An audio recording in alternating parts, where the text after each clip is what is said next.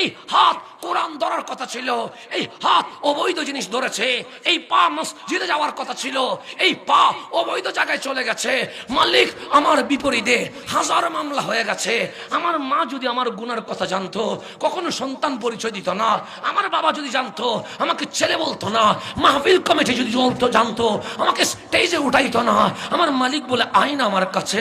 আমি বলি মালিক, হাজারো গুনাহ মামলা নিয়ে তোমার কাছে কেমনে আসবো? আল্লাহ বলে আজকে না আসলে আলাইসাল্লাহু বিআহকামিল হাকিমিন, হাসরের ময়দানে আমি বিচারক, সেদিন আসামি হয়ে আমার সামনে আসতে হবে। সেই দিন আসার চেয়ে আজকে চলে আয়। আমি বলবো মালিক আপনি মারবেন? আল্লাহ বলে মারবো না। আপনি রিমান্ডে দিয়ে দিবেন? আল্লাহ বলে মারবো না।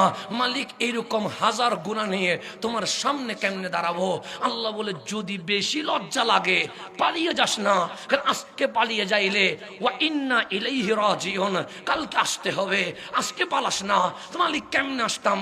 আল্লাহ বলে এক বিগত একা সাহস করে আমি আল্লাহ তোরে আনার জন্য এক হাত যাব, তুই এক হাত আয়। আমি আল্লাহ তোকে নেওয়ার জন্য দুই হাত যাব। তুই আমশি হেঁটায় হারওয়ালা, আমি দৌড়ায়া যাব। তুই শুধু একবার বলবি মালিক মাফ করে দাও, আমি তোর গুনার খাতা খুলবো না, রহমান হয়ে জীবনের গুনাহ মাফ করে দিয়ে দিব। এটার নাম আমার মালিক। আমার মালিক প্রতি রাত্রে ডাকতেছে। এই যে 11টা 20 হয়ে গেছে, আর 40 মিনিট পর আসমানের রহমতের দরজা খুলে যাবে। আওয়াজ আসবে, এভাদি মন্দারে তোর মা ঘুমিয়ে গেছে, আজকে দেখবে না। তোর বাবা ঘুমিয়ে গেছে, আজকে কেউ দেখবে না। অন্ধকার রাত, যাই নামাজে দাঁড়িয়ে যা, চলে আয়, আমি গোপনে তোকে মাফ করে দিয়ে দিব। তো বলছে রেহেম তারে কয় যার কাছে 1% ভালোবাসা আছে, রহমান তারে কয় যার কাছে 99 ভাগ ভালোবাসা আছে। তাই শুধু তাই নয়, আল্লাহ বলে যে 1 ভাগ ভালোবাসা তা দুনিয়ায় থাকবে, হাসরে সব ভালোবাসা নিয়ে ফেলবো, আমার কাছে রেখে দিব।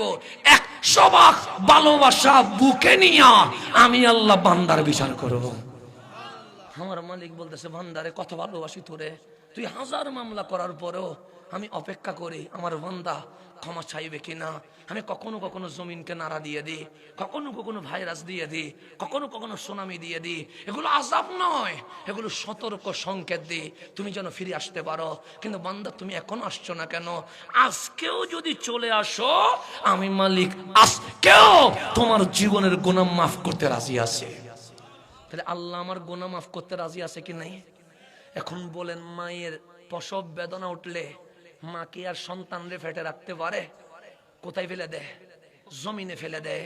তা আল্লাহ বলতেছেন ইজা জুলজিলাতিল আরদু জিলজালা।